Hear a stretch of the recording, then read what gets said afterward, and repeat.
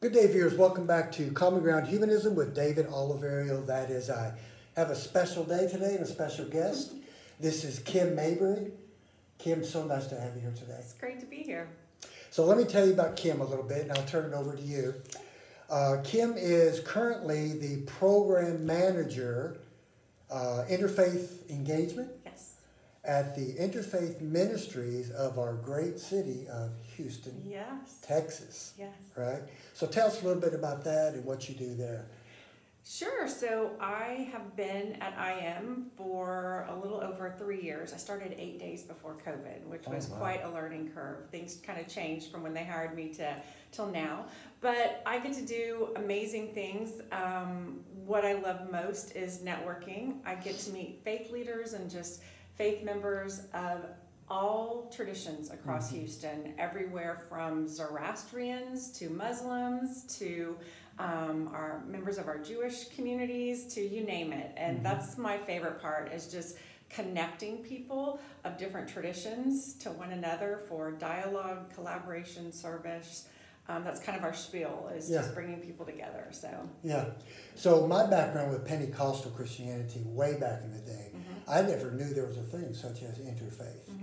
And the past few years it's been very, very eye-opening for me as a secular humanist to be involved with you wonderful people. And then we'll get to that in a minute.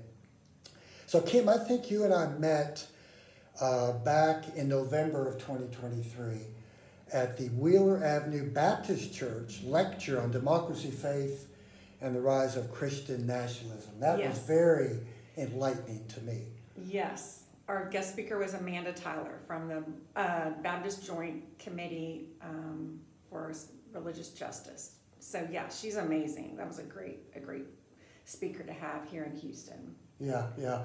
And I did not know, I think it might have been you or maybe it was Amanda, that explained the difference of an independent Baptist versus a Southern Baptist.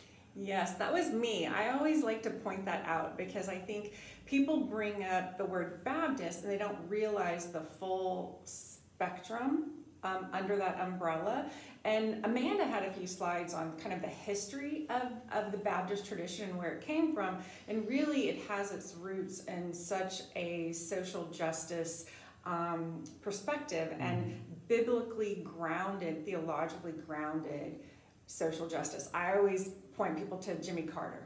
That's the kind of Baptist that it came from, right? Yeah. And then we go all the way, into the 80s. It was kind of taken by the religious right, and you think of Jerry Falwell. So that's the spectrum you need to think of. And then, of course, in there you have Martin Luther King. You have all these black civil rights justice workers who were under that umbrella as well. So I think in today's culture, we often think about Baptists under that Southern Baptist realm because they have the loudest microphone right now. Right. But we need to remember that it's a pretty broad spectrum, and especially being in the South. Yeah. We are not exposed to as many progressive white Baptist churches here, but you'll find them more in the Northeast and Northwest. Yeah, that day when Will Judy, Will, good friend of mine, when Will and I and a few others from our Oasis secular community attended that day back in November 2023, I'm telling you, Kim, I was just beaming with excitement.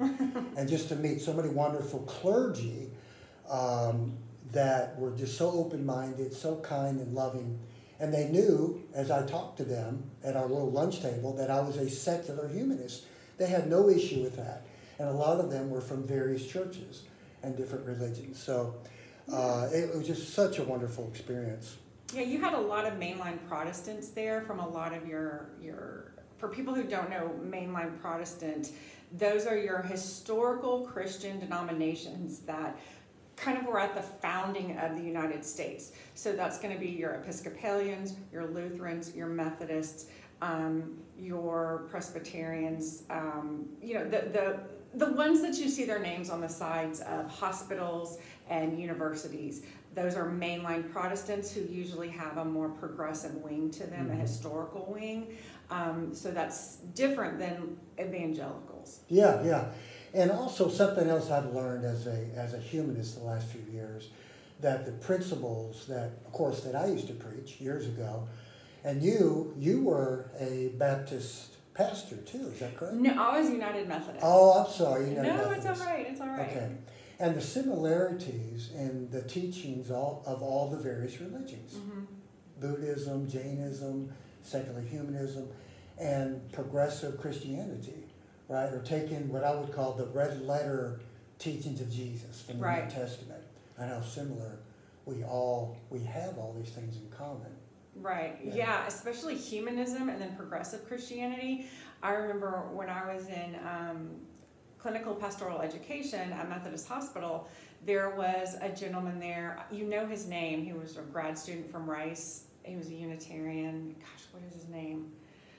It'll hit us both. I know you know him, you've mentioned him before, it'll hit me in a minute, but anyways, he was a humanist, and he had written his credo, which credo is a word that means belief, and you have to write that when you graduate from seminary, like kind of what your belief is. Yeah. And so I read his humanist credo, and I was like, this is just Jesus. Like, this is, to me, this is exactly who Jesus is.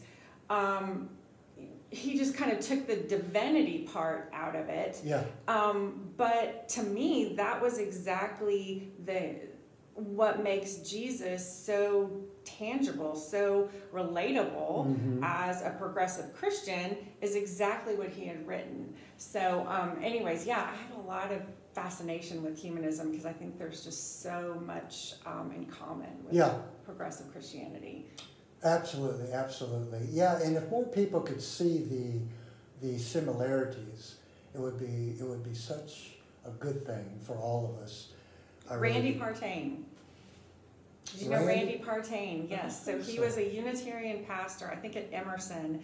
So he was fascinating because he was he's in Cleveland, Ohio now, but he was a humanist.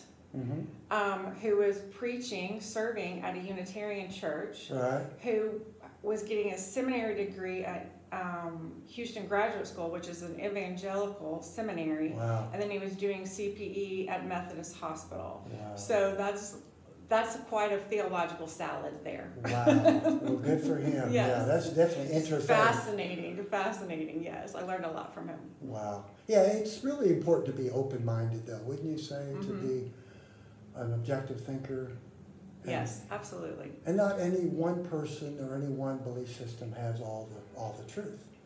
No. I mean, I always say you can't put God in a box, you know, and someone way smarter than myself has said and been quoted many times that, you know, as soon as you've got God figured out, then God is just a reflection of your own image. You know, it's just you in some divine state that's very convenient for you. Yeah, and I as a secular humanist, am very glad to hear believers like yourself, my children, my wife, who is Episcopalian, very progressive and liberal, who do not have an issue with me or others who just do not hold any faith in anything supernatural, but we still have faith and trust in humanity and the kindness and love and goodness and all the things that we share together. Right. So it's a wonderful thing. Right. Now, another thing, Kim, that was really interesting to me was Will and I and a few others attended the Faith Over Fear Countering Anti-Muslim Biases, right, back in March. And that was a good thing. And then from there, I met a wonderful Muslim friend of mine who I had on the show, who invited my wife and I, my wife Christine and I, to their Friday night Ramadan dinner. Okay. And they were very hungry because at the end of the day. An iftar, yes. Yes, you know the names more than I do. I forget all these names. It's okay. And what an eye-opening experience for me to just be around all these Muslims who were not what I thought they would be. You know, you hear about the extremists from over the ocean, across the pond, right? In the other countries, being so radical and filled with hate. And these people were some of the kindest, most loving people I've ever been around. So tell me some of your experiences with the Muslim communities that you've had here in Houston. Right. Well, I mean, I think just like with any group of people, once you get to meet people on an individual basis and hear their stories and just see their faith in action, you get such a different perspective of who they are and how their faith plays a role in their life and their values.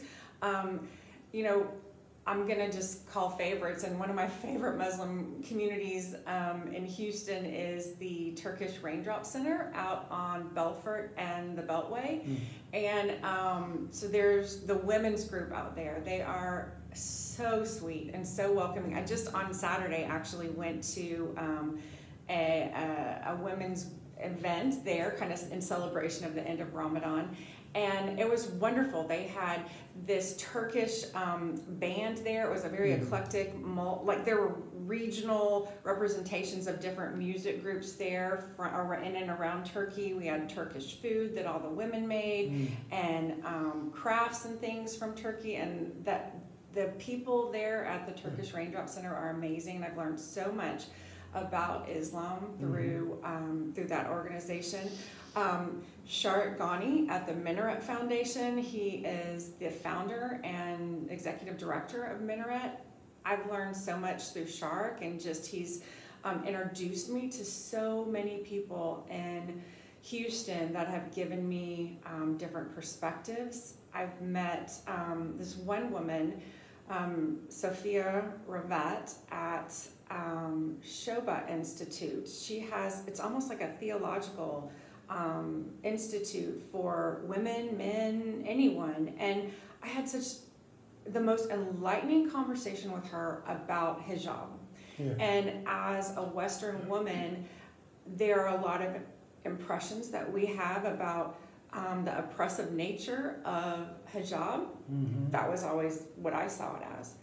And then I heard her talk about hijab, and she said how that the hijab is the exact opposite for her. It is a liberating feature of her wardrobe, because what it does is forces people to get to know her for her personality. Because as women, our hair is considered an instrument of, it's a beauty factor, and people often judge women by their physical features first, and then judge them on their personality, their intellect last.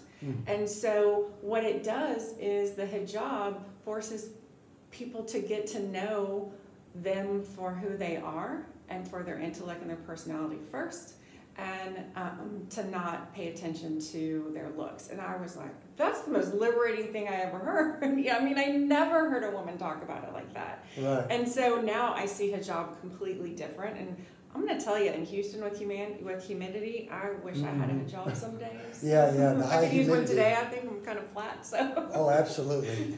Yeah, those of you that don't live near the Gulf of Mexico and the southern states, it's very hot and humid here by the ocean. Yeah. That is so interesting and such a beautiful story to hear. And I only wish more people, to me, Kim, it's like you hear, we all have these little tribes in our communities, in our belief systems. And the knowledge that we have of another tribe or another belief system comes from our own.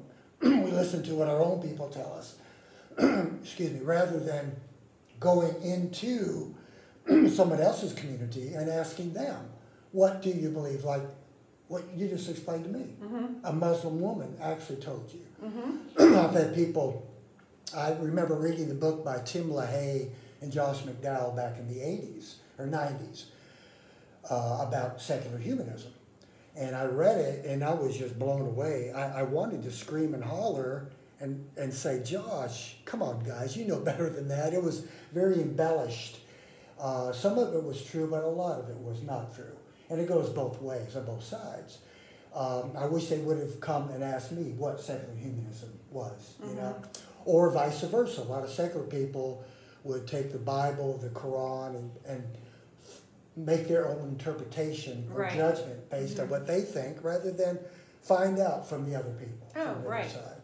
Absolutely. Yeah, and I think that's being open-minded. Oh, absolutely, absolutely. We had an interfaith iftar last week at the Turkish Raindrop Center, and I say that we had like an after iftar party. It was kind of like just those of us who were kind of cleaning up. We ended up just sitting at a table, and we ended up staying there till like 11, and it was just a bunch of women. And we were around the table, and it was half Americans, and I mean they're all Americans, but half of us were American born and half of us were Turkish born, and we were all having this in-depth conversation, asking deep questions about, okay, what do you believe about evil? What do you believe about this? You know, I mean, like, and it was, my mom was actually part of the conversation, and my mom is 75 years old, and then my two aunts were there too, and on their ride home, they were all saying, I've never had a conversation with a Muslim before. See? I mean, and they've been there. They were all, my aunt is 80, and they were so excited because they had never had a conversation with a Muslim before. And I mean, I'm like, wow. Yeah, and that's all it takes. That's all it takes. It's just to open up and talk to people. If you can get people to talk to you nowadays, because sad to say, we're definitely older than millennials, but now it's so hard. It's like this wherever you go. And you try to converse with people on the bus or walking around. I don't know if you have these experiences, but I do all the time. Yes. And I want to say, put your phone down and talk to me. But if you can get people off that phone and into these groups, it's just such a wonderful thing. It is. It really is. And the thing is, like here in Houston, you know, we are the most diverse city in the United States, as I'm sure it's probably been stated before on your show. But I mean, people are blown away when I tell them the kind of things that we did. Actually, I was up till like 3 in the morning last night putting together a slideshow because we're doing a trivia, a Houston religious trivia game for a major company here in Houston tomorrow. We're helping out with their leadership retreat, and they asked Interfaith Ministries to do kind of intermittent, kind of just fun trivia throughout the day. And so I spent like 5 hours yesterday solid putting together this trivia game, and I sent it to the girl this morning, the secretary, and she was like, I can't believe all of this is in Houston. I cannot believe everything in this slideshow is right here in Houston. I'm like, yes, it is. It's all within like 20 miles of where you are right now. Exactly. And they're just blown away. And then you just have all these hidden gems of not just spiritual exploration, but cultural exploration. I'll say this about my mom and her sisters too, because when they were younger, they loved to travel. And now they've gotten to where they say, Kim, whenever you have all this stuff going on, will you tell us, because we want to go? And so I'll bring them along with me to the Islamic Art Society or to the Hindu Festival of Holi or Diwali or whatever. And they always say, you know, we're too old to travel, but when we go to these festivals and things around Houston with you at these houses of worship, it feels like we get to travel again. It feels like we're in Turkey. It feels like, you know, we're in these other countries, but we don't get to do that anymore. And I'm like, all of Houston has that right here, and it just goes unnoticed or goes untapped. And I've never met anyone at a house of worship who doesn't say, bring them on, we'd love to have people. And they're not trying to convert people. I think that a lot of times in the U.S., especially the South, we worry because there are a lot of evangelicals. We're used to kind of that Christian evangelicalism, and so we worry that, oh, if we go visit a mosque or we go visit a Zoroastrian fire temple, they're going to try to convert us, or they think I'm coming here to convert them, and that's not it at all. You have to realize that really that's a very particular characteristic of a particular type of Christianity. And so to go and visit other faith communities is part of just exploring, and everybody enjoys somebody who's interested in who they are and wants to hear their story and know about their culture. Everybody loves that. And so as long as you let them know that you're coming and that you just want to know more about them, they're so welcoming. And I like the fact that you said without the attempting to what we'd call proselytize Right, or right. recruit someone to your belief system. What we would call live and let live. Yeah. As long as someone else's belief system doesn't bring harm to anybody else, Right. I can live and let live. Yeah, you're doing it with pure curiosity, and that's what that's what Interfaith Ministries is here for too. I mean, anybody is welcome to call me at IM, and we can tell you where to go and who to call, or we can take you. We're happy to do that. That's why we're here. And you'd be amazed. Yeah, I would encourage any of my secular humanist friends that are watching, whatever city you're in around the world. And Kim, I would hope that most of the major cities in the U.S. do have the interfaith. Would you say that most of the cities have an interfaith? Yeah, they do in some capacity. Absolutely. Yeah. So if you could contact them, it's a wonderful experience. You get out of your own bubble, which I talk about a lot, and make new friends. In fact, Christine and I are going to have dinner with Isa, my new Muslim friend, and his wife coming up in a couple weeks. We're going to go out to dinner with them. Wonderful. So it's great. He's one of my real close friends now. Well, I have to brag on Houston, though, because you're not going to get to go to a Zoroastrian fire temple unless you're in Houston or New York, because we're the only two cities that have a live fire temple with actual priests from Persia. Wow. So I think in some small cities they might have some, like a gas fire kind of a thing, like a small gathering of Zoroastrians. But here and in New York, we have the full fire temple with very kind of like biblical holy woods to fuel the fire, like sandalwood and cypress and things like that. And so it is quite something to see. And Houston is one of two cities in the U.S. And we were the first city in the U.S., or actually the first city outside of Iran. And I'm forgetting the other, out of the Southeast, that Asian area, to have Zoroastrian fire temple. So. Boy, we sound like we're working for the city of Houston, promoting Houston. I'm telling you. So it's well, we moved here last year. I think I told you, Kim. We moved here a year ago, last summer, from Austin. And I got to tell you, the majority of people that I tell that we recently moved here to Houston from Austin, 90% of people are like, why would you move to Houston from Austin? And I explained what you told me. Yeah. The diversity, the racial diversity, the cultural diversity, there's so much more. And the religious diversity too. We really love it here. Yeah, no, it's wonderful. It's absolutely wonderful. So let's briefly talk about your upbringing, your education, and I know you went into the ministry, and then what led you into the interfaith. Sure. So, so my upbringing, I say that I was born a keister, and a lot of people laugh about this. If you don't know what a keister is a kind of a high holiday Christian who just goes to Christmas and Easter, hence keister. So, and I was raised that way because my mother and her sisters were raised in small town Church of Christ, which is very, very fundamentalist, very much, there's a lot of guilt in that denomination. And so that my mom and her sisters, they have issues with Christianity and faith. That's been a hard road for them because of that experience. So, but I always was curious, and I think my curiosity came from being a military kid, so we moved around a lot. Yeah. But I started out in Texas, so I had that very much of a Southern Christian kind of upbringing, in that's the stew I was born in, you know? Even though I wasn't always going, when your friends are always going, that's kind of in your vocabulary. You know, people were going to lock-ins, and people were going to retreats and things like that. Sunday school, Bible study, all of that. And so then I moved from San Antonio to San Francisco, and that was so eye-opening. I mean, my classroom was literally the United Nations. Wow. I had Ikram, who was Muslim from Turkey, and Jane, who was Jewish from Russia, and more than half my class were from Asian nations. I mean, I had children in my class from Vietnam who had scars from landmines. I mean, it was amazing. And although I didn't know, I couldn't put words to everything that I was absorbing and experiencing.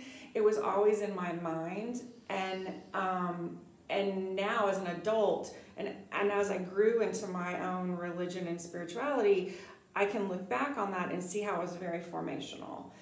And it became very formational when I moved from urban San Francisco to suburban Atlanta, Georgia in the 80s.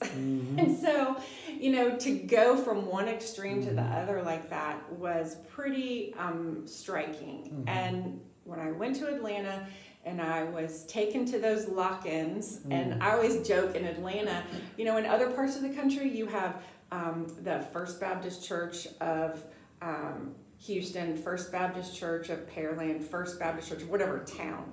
I promise in Atlanta, it's First Baptist Church of Main Street, First Baptist Church of Con Street. It's like the First Baptist of the streets. They're everywhere, and they're all red brick, white steeple. Wow. And so, there's just like, you're saturated in it.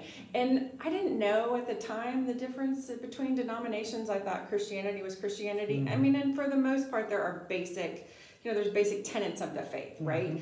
But when you get into the theology, that's where things get a lot of different. And more than the theology, when you get into the actual epistemology of the church, then it really gets different.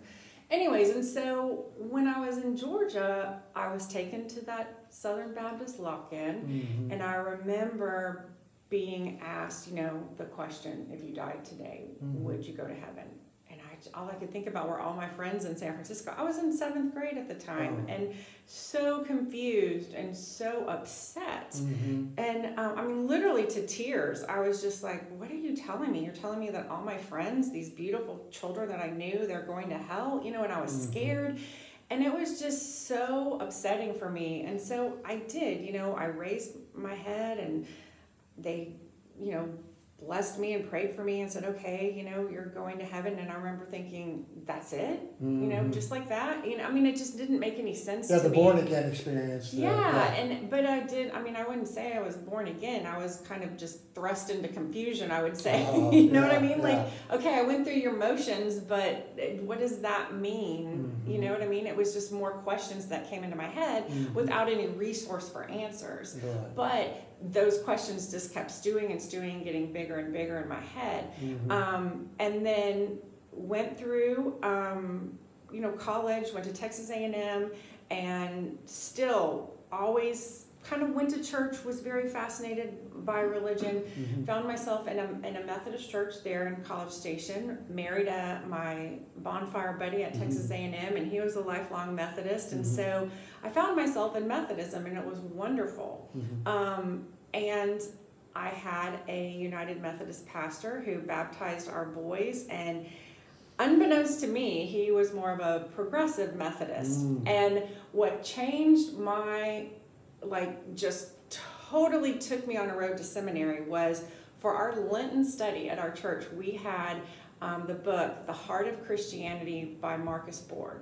Are you familiar with that? No. So there are some what are called Jesus scholars. So Marcus Borg, John Shelby Spong, these are very progressive theologians. And they are, some would consider very radical. But when I read The Heart of Christianity by Marcus Borg, I thought that, the man put every thought that I ever had into words, in ways that I didn't know how to, but every thought was there, and I just felt so empowered. And so this was the whole church. This was our Lenten study. And so shortly after that, we moved here to Houston, and our senior pastor there was like, "Oh, you're gonna have a hard time finding a church down in Houston, Kim." And I was like, "No, I'm not. It's so big." And he was like, "No, you're gonna have a hard time." I didn't understand what he meant. Yeah. But I realized, it was really hard. And I was such a nerd. I was like, I realized, it takes a long time to find a church when you move somewhere new, because you only have a Sunday, then you have to wait a Sunday. It takes a long time. So I would call pastors up and I would talk to them, and I'd be like, okay, so where did you go to seminary? What do you believe? I had my questions, And I realized this wasn't exactly normal. And I was calling my pastors in Fort Worth, and they said, "Kim, have you ever thought about going to seminary?" And I'd had several friends kind of say that to me. Yeah. "Have you ever thought about going to seminary?" I was like, "No, not me. No, And I realized in this journey to Houston that it was something that I really wanted to do. And so I ended up there in seminary at Perkins School of Theology. They have a satellite campus here. And so I signed up, and they had classes, and it was just an amazing experience that I went into it really with deep curiosity and that love for learning. I went in thinking I wanted to be a local church pastor, and I did end up being a church pastor for about almost 10 years. And that was here in Houston? It was at a church right down in the Museum District, St. Paul's United Methodist Church. Yeah, So yeah, and it's considered a progressive church, and so I loved my time there. I absolutely loved that, and it was amazing. But I realized in my church search that I had to drive. I lived down in the Galveston County, and so I drove, about 30 minutes to go to church. But I remember when I was on that search, I remember thinking, okay, Kim, people drive 5 days a week, 45 minutes a day, there and back for money. I can drive 30 minutes there and back for God, 1 day a week, So I'm like, you can do this.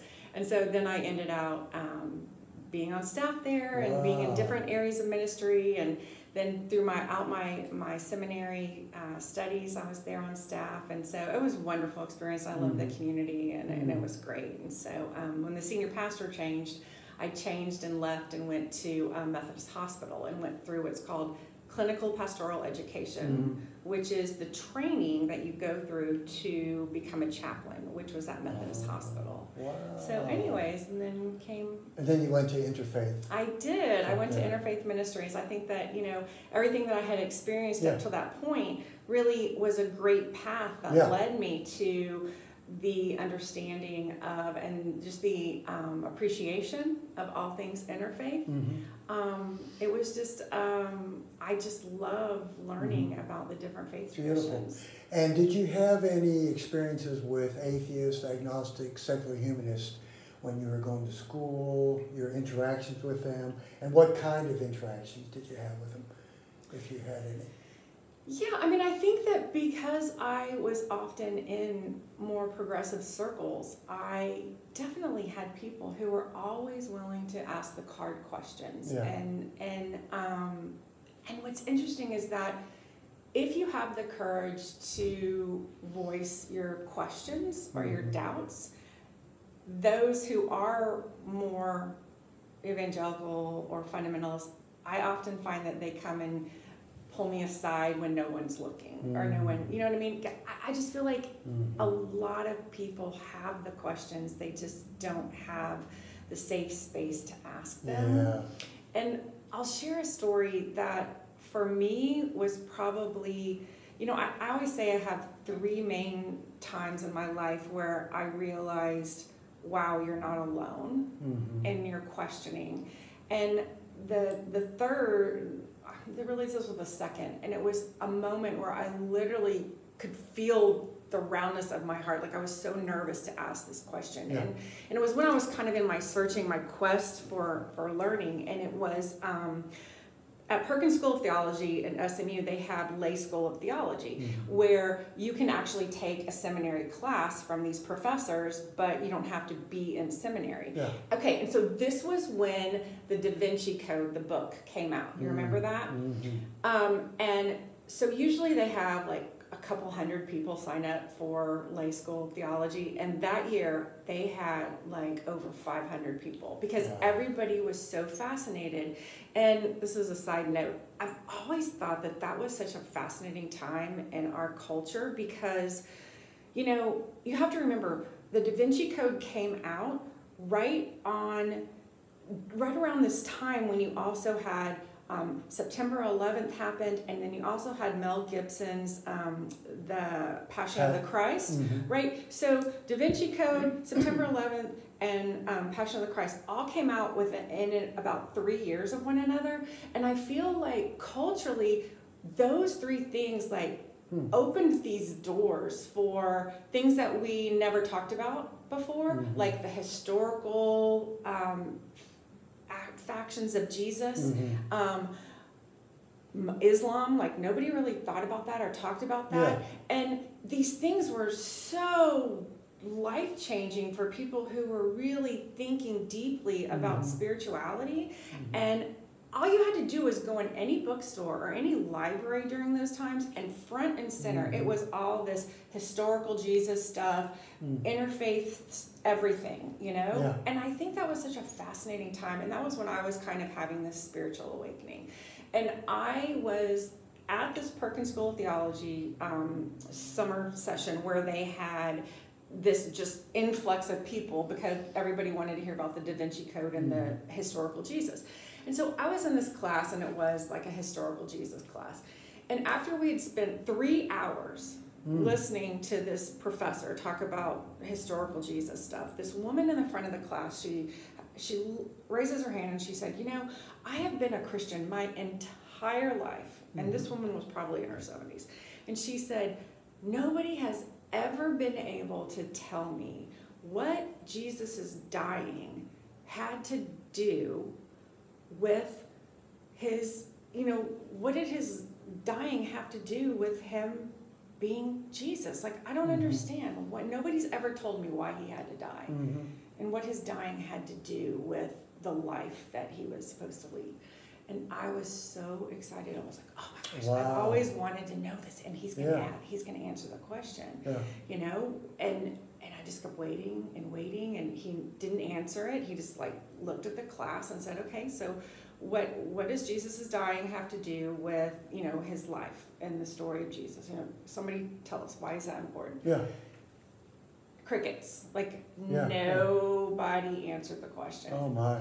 And it was just so fascinating to me that this whole class of like 75 people, and nobody could answer the question. And this one woman at the front, after 75 years, nobody had ever been able to tell her, and here we are in this class, and nobody's ever going to say anything, you know? And I was just like, wow. And in that moment, I had this weird, just like kind of feeling, and I raised my hand, and I did not even know what I was about to say. And I just said, you know what?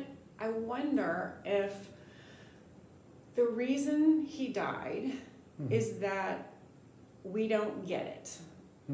We didn't get it then, and we don't get it now. The reason he died is because he was so good, and he exemplified such an amazing person who loved so just unflinchingly, that the only way that story was going to stand the test of time was that he had to die tragically. Because if he had just lived to be this sweet old man and died in the desert, nobody would have ever heard about it. Isn't a lot of it based on or subject to interpretation too, though, of the Bible? And that's what's called moral exemplar theory of his death. You know, there's sacrificial atonement is the one that you hear a lot. And what I just described is called moral exemplar, that he was so good that in order for his example to stand the test of time, he knew that he had to die in order for that story to last and to transcend kind of our human ignorance and our human capacity to forget. And so I remember just saying that, and people going, oh yeah, that makes sense, you know, that okay, he had to die so that the story could stand the test of time. And it just kind of went into this conversation, but nobody had ever heard that before in this whole room. And I just remember thinking, now, this many years down the line, I've read a lot about moral exemplar, and I'm like, this apparently was an early understanding of Jesus' death that's just been buried. Because sacrificial atonement, for some reason, made more sense. Never has made any sense to me. But moral exemplar makes more sense to me, you know? And so anyways, that was just a moment for me that was like, wow, okay. Well, you're a real thinker. I try. You do. You're a real thinker. Yeah. I don't know. I mean, at my age, I think, maybe you can help me on this, it seems to be a higher percentage of people that we would call independent thinkers now, maybe more so than years ago. And is it because the younger people are just smarter, or could it be because there's the internet and access to more information out there, more research? We didn't have that back in the day, right? We would go to church and hear one opinion, taking the Bible literally. You'd look across the street at a different denomination or different church, and they would interpret something differently. And now it just seems to be with the younger generation, and even on the secular side of the fence, there tends to be different, more various opinions on different things, more than it seems to be in the past. So I don't know what the causation is there, but I just like the fact that more and more people tend to want to think for themselves more than it seemed to be years ago. I don't know if you agree with that, but that's just my observation on that. Yeah, I mean, I think it's both and, you know, I mean, when we look at trends, there's definitely the growth of the nuns, right? The religiously unaffiliated, you know, for those who aren't familiar with this term, that's the fastest growing group of religious or non-religious people. So when they're asked, what is your religious affiliation, they say none. Not none. Right, N-O-N, not M-U-N, right? And so that's the fastest growing segment of our religious landscape right now. And so yes, I would say that a lot of that is because they are religiously or spiritually independent in their thought. And I think that's probably because they have such a wealth of information available to them through the internet.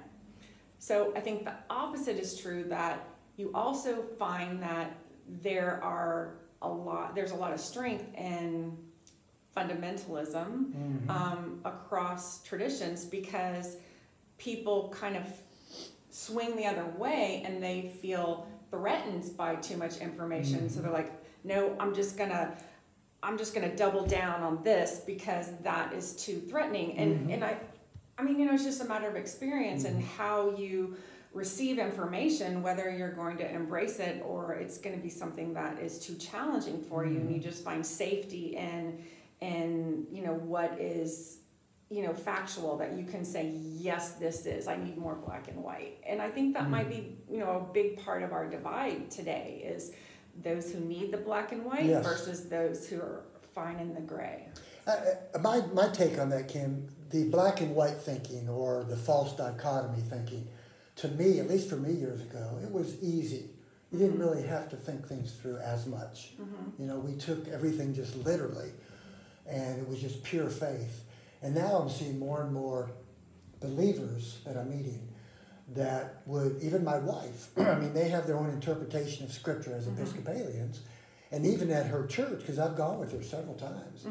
And they have, and by the way, I might be able to get to speak at their church one of these days. Oh, wow. I'm excited about that. That'd be great. Yeah. As a secular humanist. And they have their leadership there telling the people in the congregation to think for themselves and to interpret different scriptures based on their own experiences. Right. And I've never in my life heard a Christian say anything like that. Really? So yeah, that's interesting. So see, that was one of the most amazing things in seminary that we got to do, is we would have to purchase for different classes like interpretive Bibles or theological interpretive interpretations, right? And I think people think that when you go to seminary, all you do is read the Bible. It's like, yes, you take a New Testament class, or you might take a class on John, or, you know, you take Old Testament 1 and Old Testament 2, but like we had to take 83 hours. wow. That wasn't all Bible. That was a lot of theology and interpretation and stuff. And like the different interpretive Bibles that you could take were fascinating. And like one of them we had was a world interpretive Bible. And so it would take each, like different books of the Bible or like chapters, and it was interpreted through the experience of a different theologian in different parts of the world. And so like there was this one, and it was this theologian, and he was in Brazil, and he was working in the favelas of Brazil. So he's with these women who culturally it is okay for women to support their family through sex work. It is not looked down upon. That is a legitimate way that you can support your family. Wow. Right? So here he is doing a Bible study with these women in the favelas of Brazil. And there's a lot of language in the Bible that kind of speaks down about sex work and prostitution and stuff. So how do you think these women interpret scripture when the alternative to sex work is seeing their children starve? Right? That's a good one, yeah. That's a hell of an interpretation. Wow. Yeah. Right? Well, you learn something every day. I'm learning a lot today. Thanks for coming on. So, yeah. Wow. You know what? I just looked at the time. I think we're going to have to close up. Yeah.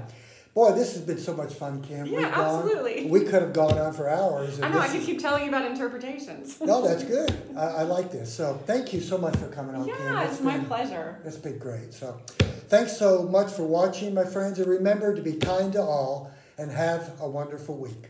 Bye, everybody. Bye-bye.